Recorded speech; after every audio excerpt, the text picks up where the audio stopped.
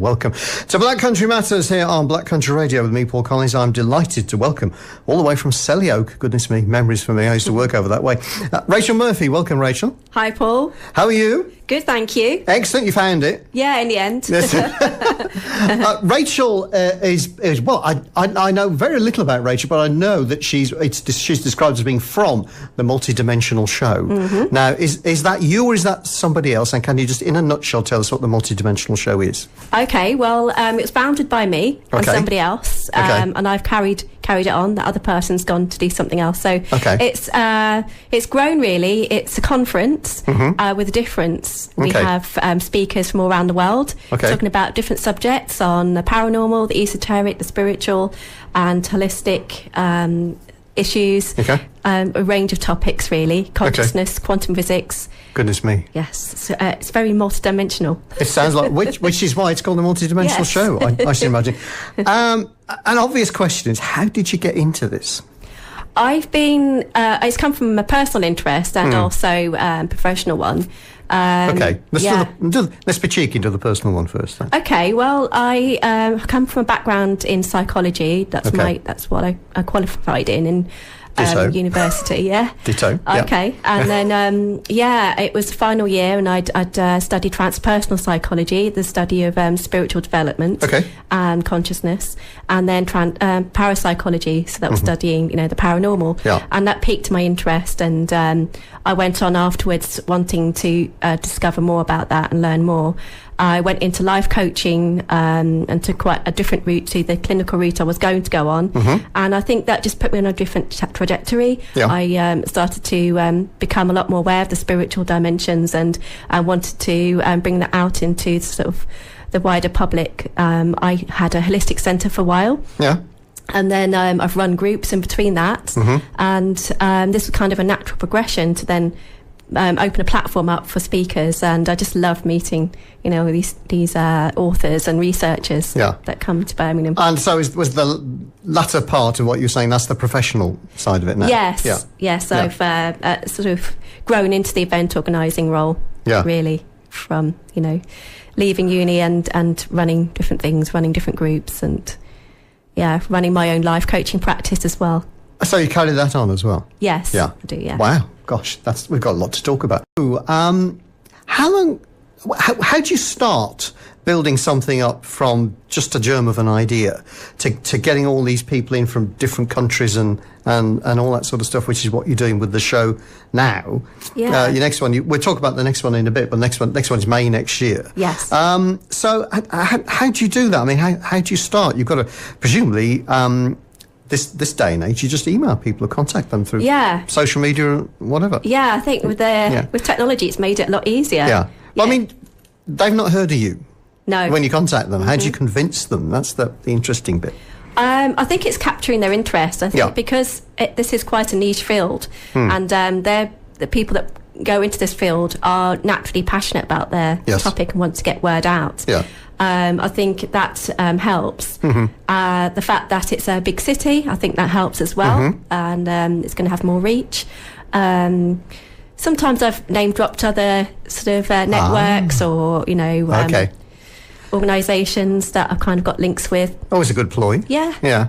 So it gives you credibility, and also there are people they've heard of, and they if he or she goes, she must be all right. That sort of thing. We've got mutual friends with Dave or whoever his name is, and that kind of helps. The like no trust kind of factor. So how long has the Multidimensional Show been going now? Since 2016, so nearly 2 years. September 2016 was the first one. And where did the idea come to do it in that way rather than other ways that you could have done it? I mean, you could have done the whole thing online, couldn't you, to start with? Could have done, and probably would have been a lot easier. Probably, because presumably you've got to find a venue and you've got to pay for it. It's got to pay for the venue, get people to buy seats, and it's a lot of work. I think it's so easy to do things on the internet. So I think it's too easy to do things. Too easy, I think, in a way. We could easily slip into losing touch with community and being face to face. So I think just to stop you at that point, there's a lot in that because you're saying face to face, and we hear an awful lot, totally different subject, about online grooming and all sorts of stuff like that, about people on the internet pretending to be different ages, different sexes, who they're not, and that's always a danger when you do something that way. So the personal face to face is obviously an advantage, isn't it? Yeah, it is. Yeah. And a lot more can be taken away, a lot more can be shared when we physically see each other. We lose a lot of communication if it's just a voice, or if it's just, on the internet even, we can't really sort of gauge somebody as well. And I don't know, I think I just like the idea of bringing people together, and that interaction that happens in between the talks is just as important, if not more important, I think. Yeah. How then do you promote it? I mean, you obviously said you use social media and things like that, but I mean, it is, with all respect, a niche thing. It's something that will appeal to people that it appeals to, if that's not too convoluted. So how do you get to those people?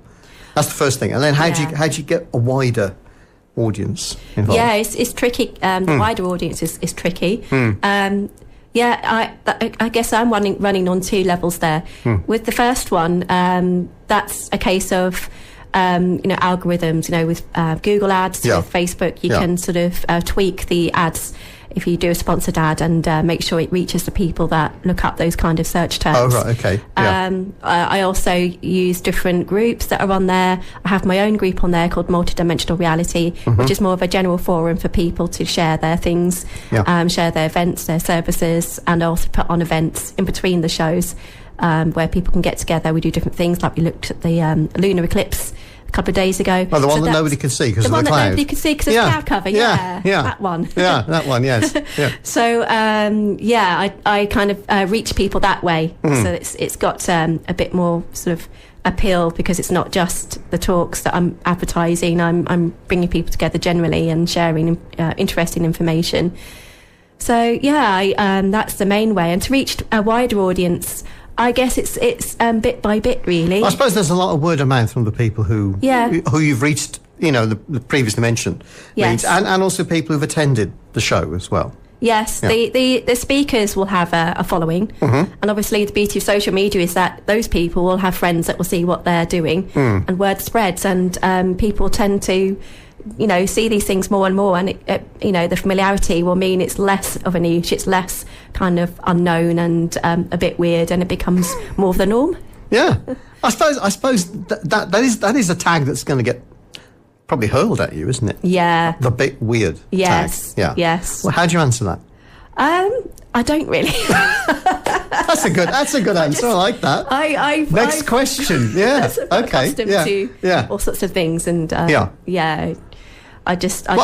reason I ask is because it, to a lot of people, this will seem really strange. Yeah. And I probably dismiss it out of hand. Yeah. Yeah. So I mean, that's like one big barrier you've got to. Yes. Although saying that, a way into this topic for many is science, because science now, it's seen as the standard, isn't it? It was kind of your way into it, wasn't it? Really? Yeah, it was. When you're doing your psychology. Yeah, I did a BSc in psychology, so very scientific. Yeah. And when I did parapsychology, it was very much about the evidence and the research. Yeah. I really value that, and the people that are coming to the show have had hard evidence shown to them. They're not the sort of people that would, believe something at the drop of a hat. Okay. Like me, really, I like to see the evidence. Yeah. And so, quantum physics, quantitative research. You can't argue with quantum physics because you can't understand it most of the time. I know, yeah. Before we go and talk a little bit more about the show, perhaps a more general question, I think. Another guest I have on is a paranormal researcher. And she says openly now, she's a complete skeptic. And she starts from a position of not believing and wants to be convinced. Where do you start? Do you start believing and want to be disabused of what stuff? Or with your sort of scientific background, do you want to eliminate all other possibilities? Yeah. I come from a different place, actually. I feel like I've experienced a lot on a spiritual domain. I've done a lot of kind of meditation, a lot of personal development, and I very much believe that there's other realities from my understanding of quantum physics and my own kind of intuition, and I sort of work from that principle. But I equally do value the evidence that's presented to me, and if there's something that isn't quite right, then I'll listen to it and I'll take it on board.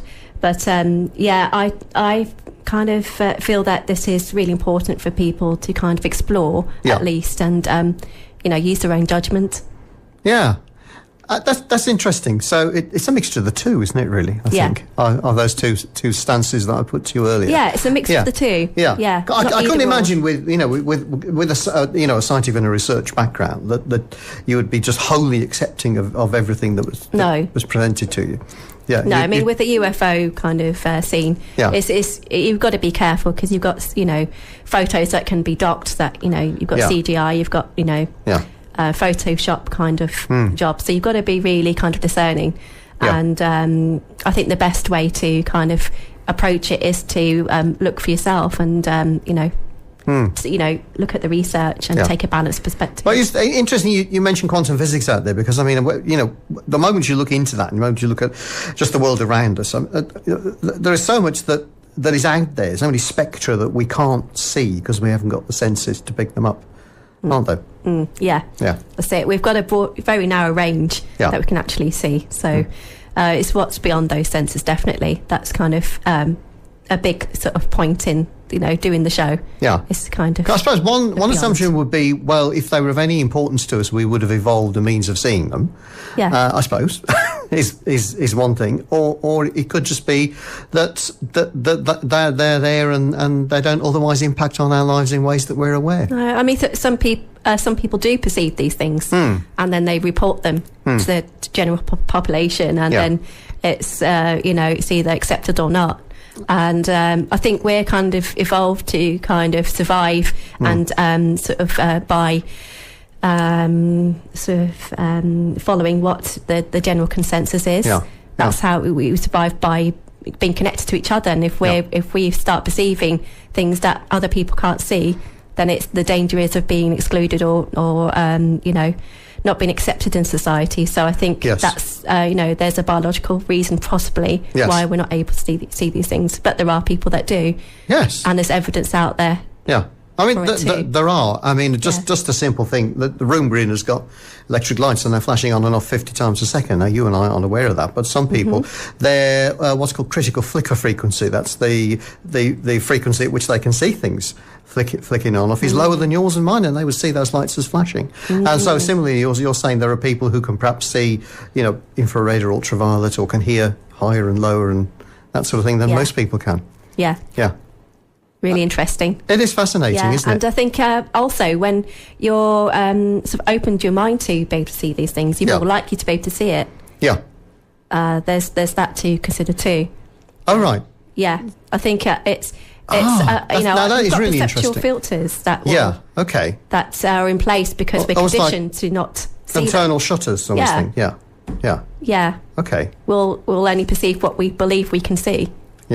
It's experiments, done, where you've got a baseball court and there was a, something anomalous on the court, but the audience is told to look at something else that, one team or something, and they can't see the anomalous thing that's appered on the court, for instance. Just sort of harking back to my psychology days. Indeed. I think I remember that. That one. I do remember that one.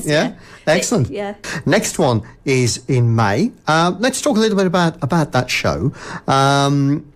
That every other year. Is that right? Yes, the next one coming up is in September. Is that right? Yes, 8th and 9th of September. And then the following after that is already booked for May. Right. That's 2 a year. Right, yes, I've got it. Okay. Yes. So talk about the one in September. What have you got coming up on that one? It's 2 days, Saturday the 8th, Sunday the 9th, in King's Heath in Birmingham. Okay. And we start off with 2 very interesting speakers.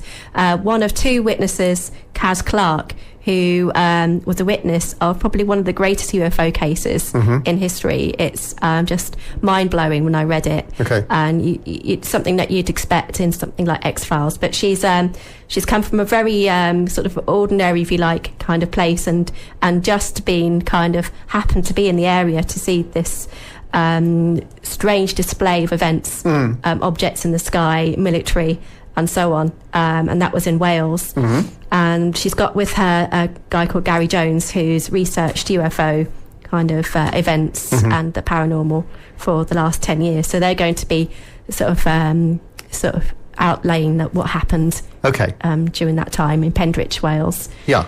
Then we have Tony Topping, who's appeared on TV. He's had a whole range of UFO phenomena as well, and he's got lots of things to share about what he's experienced, really strange paranormal events.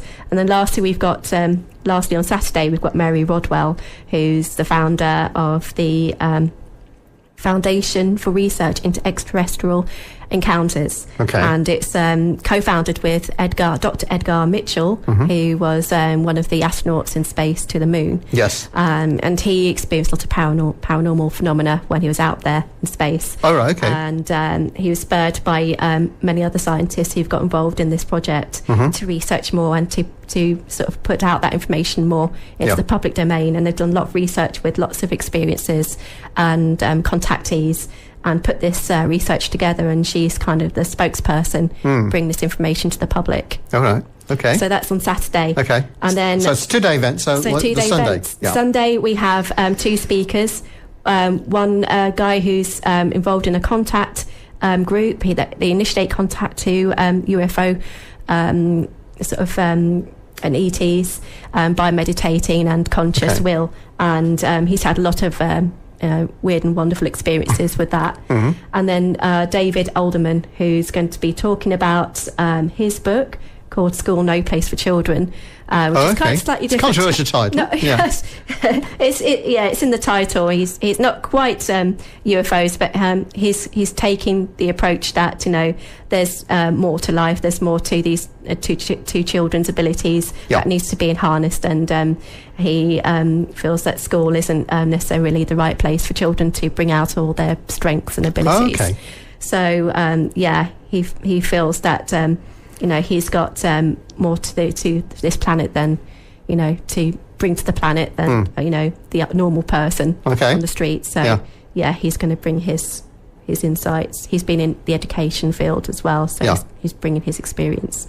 Oh, so he's criticising the school system from having worked inside it. Yes. Yeah. So it's quite varied. And then in between that, we've got a sound bath, we've got stalls, we've got therapists. What's a sound bath? A sound bath is use of singing bowls, percussionary instruments, didgeridoo.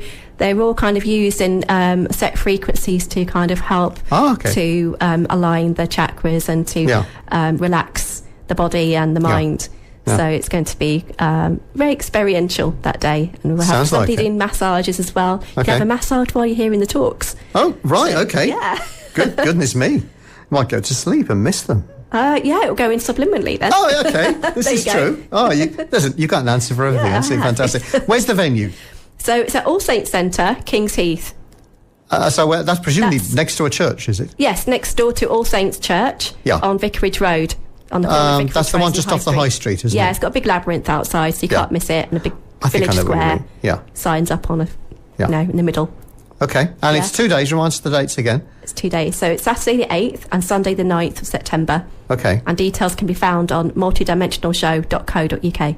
Excellent. Yeah. And you've got another one coming up in May. Another one in May, yes. That we haven't really got time to talk about, but is that also going to be... That's going to be posted on the website very soon. So people can just sign up for the newsletter and find out more about that if they want to find out. But that's going to be taking a more kind of a scientific approach. Yeah. Okay. Yes. Rachel, thank you very much indeed. Every success with the 2 days in September. Yeah, thank you, Paul. And come back and see us again and talk a bit more fascinating subject.